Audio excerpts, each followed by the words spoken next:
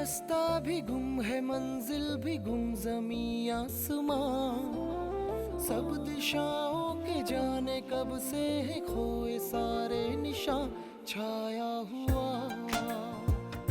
है एक धुआं, धुंधला सा है सारा समा। राह वीरान है, रुत परेशान है, जिंदगी सोच के जैसे हैरान है। क्या खुशी होती है, क्या है गम, ये कहाँ आ गए हम, ये कहाँ आ गए हम। पवित्रा मेरी पत्नी नहीं है, लेकिन अब वो मेरे साथ मेरे घर में रहती है। मैंने अब तक उसे ये नहीं बताया कि वो मेरी पत्नी नहीं है, क्योंकि ये लड़की अनाथ है, असहाय, बेबस है।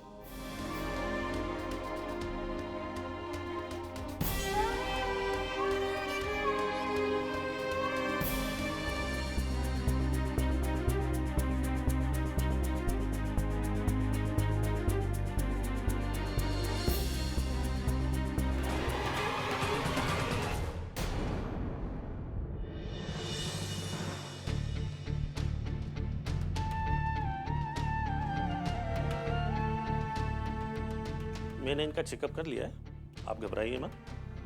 आप इन्हें चाहें तो घर ले जा सकते हैं। जी ठीक, थैंक यू।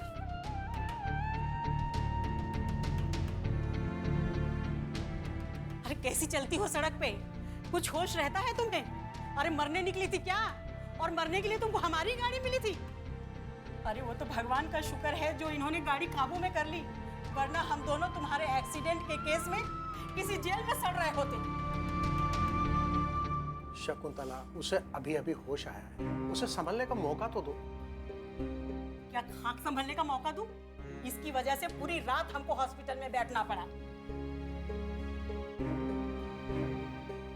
बेटा, मेरा नाम गोपाल दास सक्सेना है, ये मेरी पत्नी शकुंतला सक्सेना।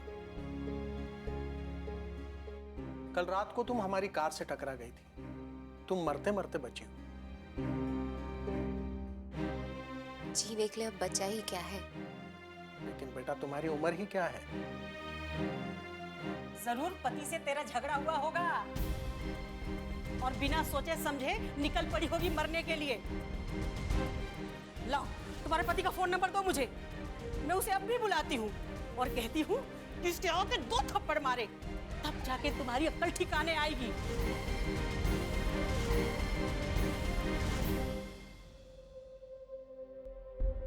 हमारा इस दुनिया में कोई नहीं है। लेकिन तुम्हारा पति?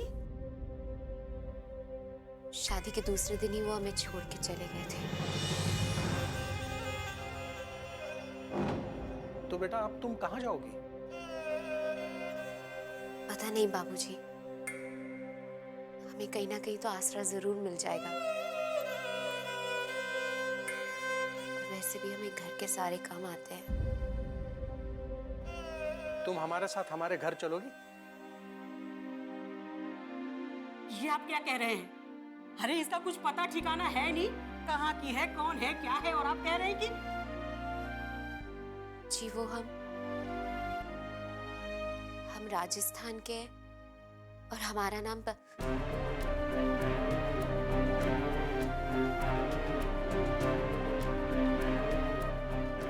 हमारा नाम गायत्री है।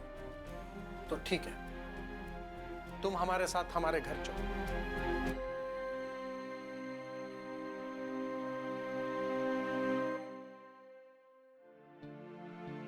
पापा से अपनी शादी के बारे में खुद बात करने में बड़ा ऑकवर्ड सा लग रहा है।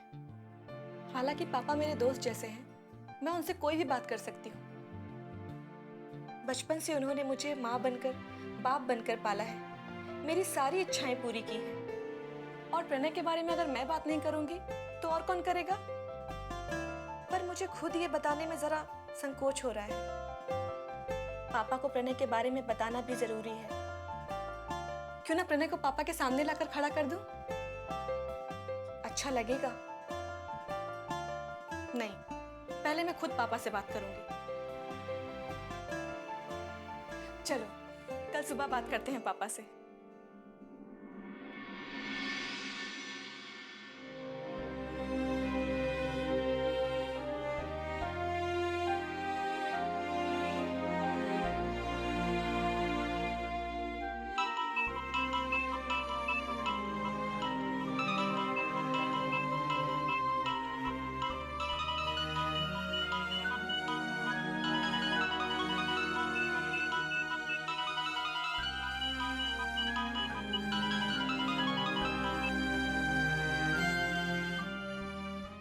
हेलो। गुड मॉर्निंग आदित्य, कैसे हो? क्या कर रहे हो? ठीक हूँ दीदी। झूठ। तुम्हारी आवाज से साफ पता चल रहा है कि तुम झूठ बोल रहे हो। क्या बात है आदित्य, बोलो। बस थक गया हूँ दीदी। आदित्य क्या बात है? दीदी समझ में नहीं आता है, आखिर ये जिंदगी चाहती क्या है मुझसे? हर मोड़ पर एक नई चुनौती, एक नया सवाल, एक नया इम्तिहान। कि कब तक लड़ता रहूं मैं सबसे? जितना मैं इसे समेटने की कोशिश करता हूं, उतनी ये मेरी मुट्ठी में से फिसलती रहती है। आदित्य मैं कुछ समझी नहीं। दीदी बड़ी मुश्किल से अपने आप से लड़कर, झगड़कर मैंने तय किया कि मैं निधि को हमेशा हमेशा के लिए भूल जाऊंगा और पवित्रा को ही अपनी तकदीर बना लूंगा। लेकिन हाँ मैं सुन रही हूँ आदित्य, बोलो। दीदी पवित्रा मुझे छोड़कर चली गई। चली गई? क्यों? मुझे नहीं मालूम, लेकिन उसे पता चल गया कि वो मेरी पत्नी नहीं है। कल रात को मैंने उसे ढूंढने की बहुत कोशिश भी की, लेकिन वो मुझे नहीं मिली। आदित्य, ये तो एक ना एक दिन होना ही था। ये बात तुम भी जानते हो और मैं भी जानती हूँ। इसी को तकदीर का खेल कहते हैं। पवित्रा तुम्हारी जिंदगी में गंगा की पवित्र धारा की तरह आई और पूजा के फूलों की तरह गंगा में ही समा गई।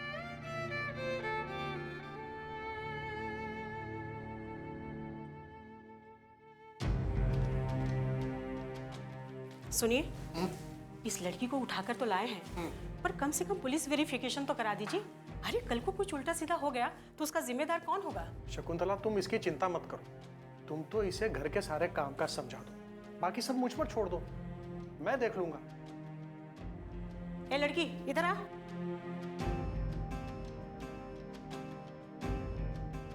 इधर आ। क्या नाम बताया था तुमने अपना? जी वो गायत्री। हाँ हाँ, जो भी है तुम्हारा नाम। सुनो, रोज सुबह 6 बजे उठकर तुम्हें घर की साफ सफाई करनी है। जी 7:30 बजे मैं पूजा करती हूँ। जी नाश्ता मुझे 9 बजे चाहिए। जी किसी भी हालत में कोई बहाना नहीं चलेगा। जी दोपहर का खाना मुझे 1:30 बजे जी और रात का खाना 9:30 बजे। समझ गई ना? जी ठीक है माँ जी। कोई बहाना नहीं चलेगा, फिर से बता दे रही हूँ मैं तुम्हें। चले आते हैं, किसी को भी बुला के ले आते हैं।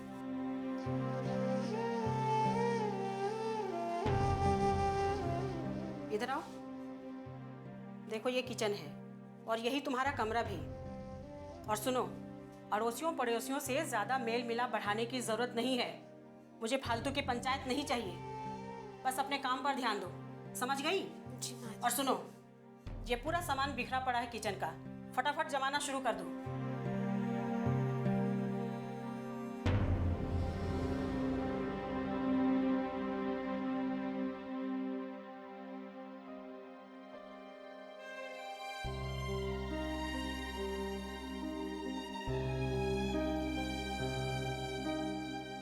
मेरा दिल बार बार ये कह रहा है कि आदित्य मुझे धोखा नहीं दे सकता, चाहे दुनिया वाले कुछ भी कहें।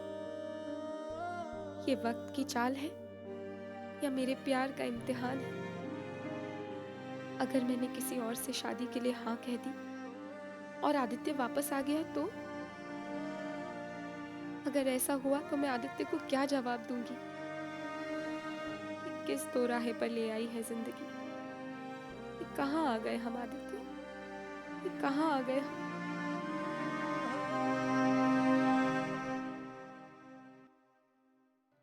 निधि जी, मैंने अपने रास्ते के सबसे बड़े कांटे, वो आपको बॉयफ्रेंड, क्या नाम है उसका, राणा आदित्य प्रताप सिंह, उसे तो अपने रास्ते से हटा ही दिया और उसके शादीशुदा होने का सबूत देके आपके भाई और आपके पिताजी की नजरों में नंबर भी बढ़ा लिए। अब आपकी और मेरी शादी में कोई रुकावट नहीं।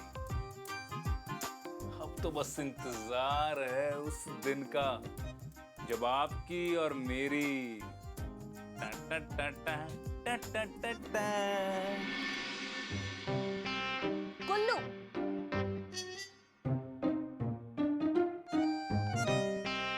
अरे डार्लिंग कंचन, अरे मैं तुम्हारी फोटो से बात कर रहा था, ये देखो।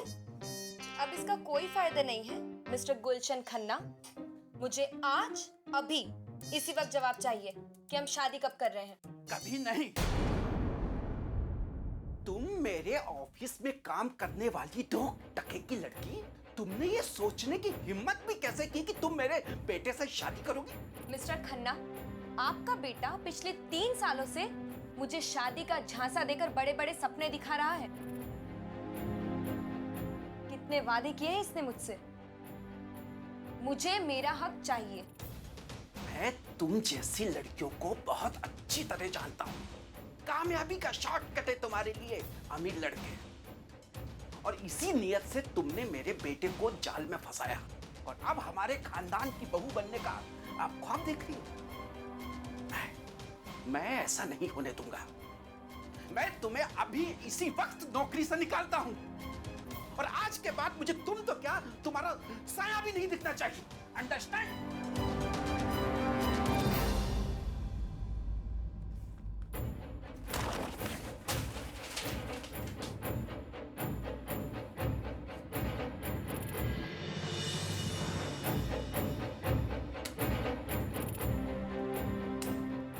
भाई साहब, हमें वहां जाना है।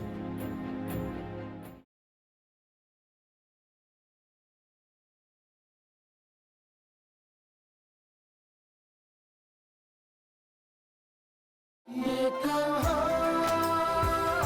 आ गए हम।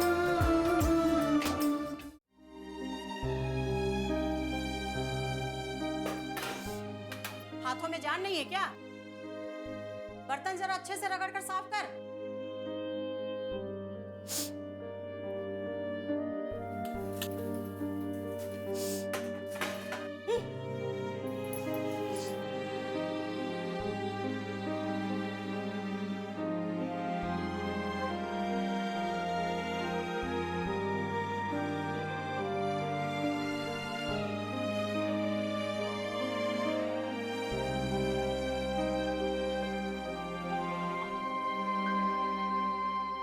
ये बैठे बैठे क्या सोच रही हो? जल्दी जल्दी कपड़े धो और खाने की तैयारी करो। और देखना साड़ी का रंग ना जाए। जी माँ जी।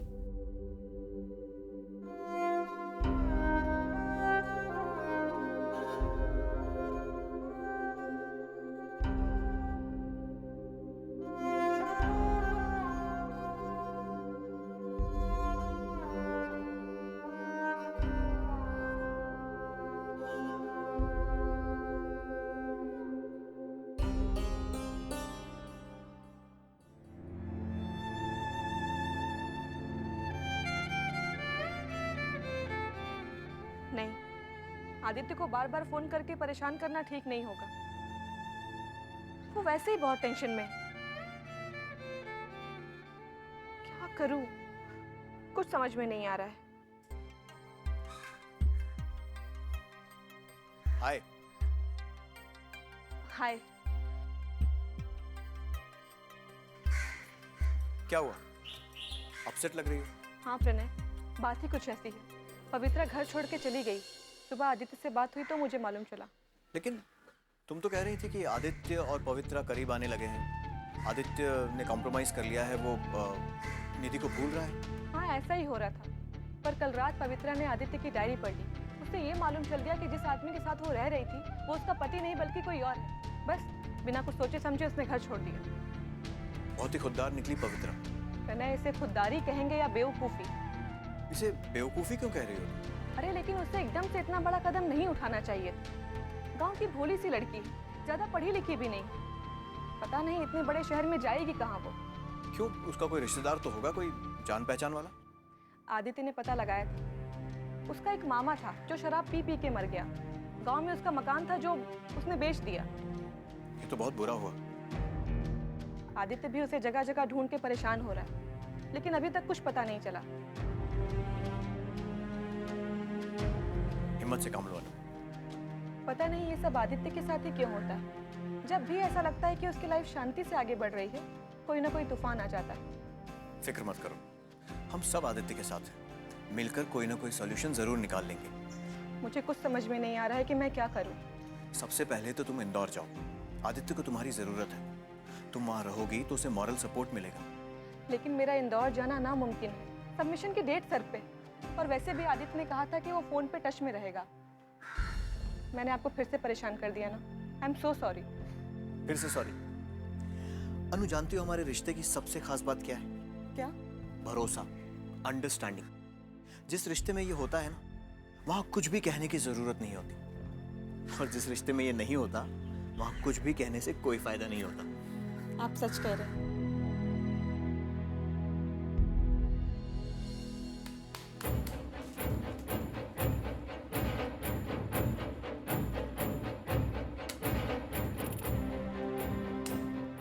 भाई साहब,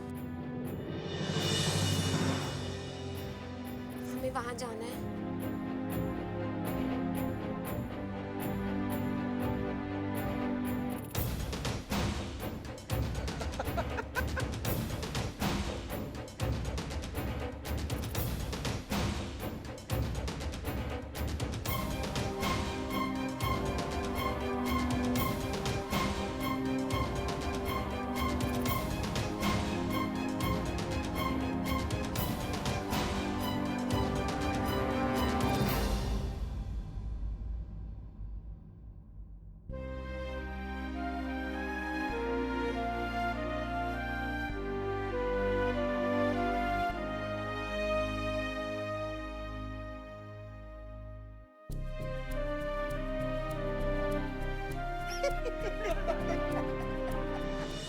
तुम्हारी तो शादी हो गई है ना?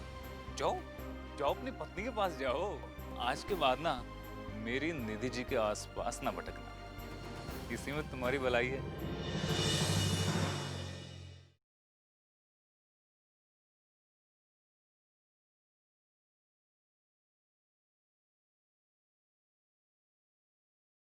ये कहाँ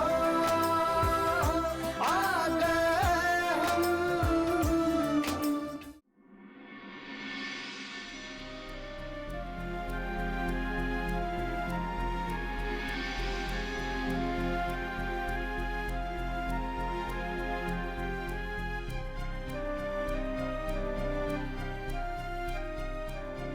ए लड़की, ये कैसा पोछा लगाया तुमने?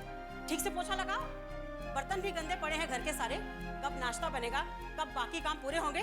अरे जल्दी जल्दी हाथ चला।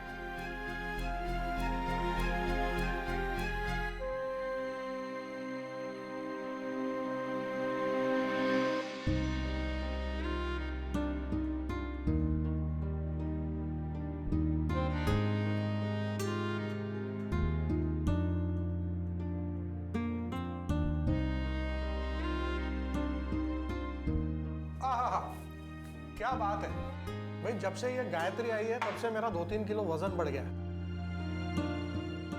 गायत्री, तुमने इतना अच्छा खाना बनाना कहाँ से सीखा? जी वो हम बचपन से खाना बनाते आए हैं, तो हमने अपने आप ही सीख लिया। इतना अच्छा भी खाना नहीं बनाया है कि तुम कसीदे पढ़ो। ठीक ठाक है भाई, लड़की जात है तो खाना बनाना तो आना ही चाहिए ना। और यहाँ खड़ी खड़ी मेरा मुंह क्या देख रही हो? जाओ जाकर रोटी लेकर आओ।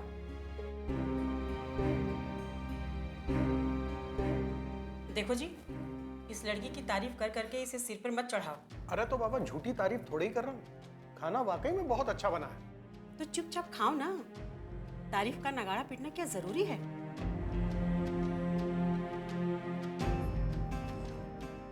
बेटा तुमने खाना खा लिया? खा लेगी, ये भी खा लेगी, भूखे थोड़ी ही रहेगी। ये लोग अपने खाने पीने का बराबर ध्यान रखते हैं, इन्हें कुछ भी बोलना नहीं पड़ता है।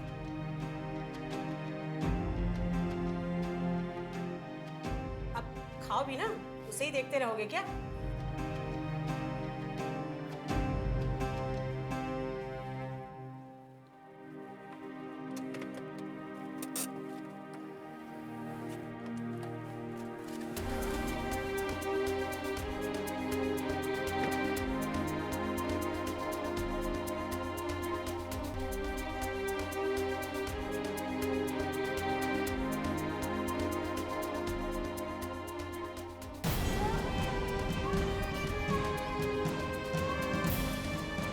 निधि, तुम मुझे अपनाओ या ठुकरा दो, पर मुझे अपनी पूरी बात तुमसे कहना जरूरी है, ताकि मैं साबित कर सकूं कि मैं बेकसूर हूं। जो कुछ भी हो रहा था वो मेरे बस में नहीं था। मैं बस जिंदगी की शतरंज का एक मोहरा बन गया था। विधाता अपना खेल खेल रहा था और मैं एक बेजुबान प्यादे की तरह चलता जा रहा था।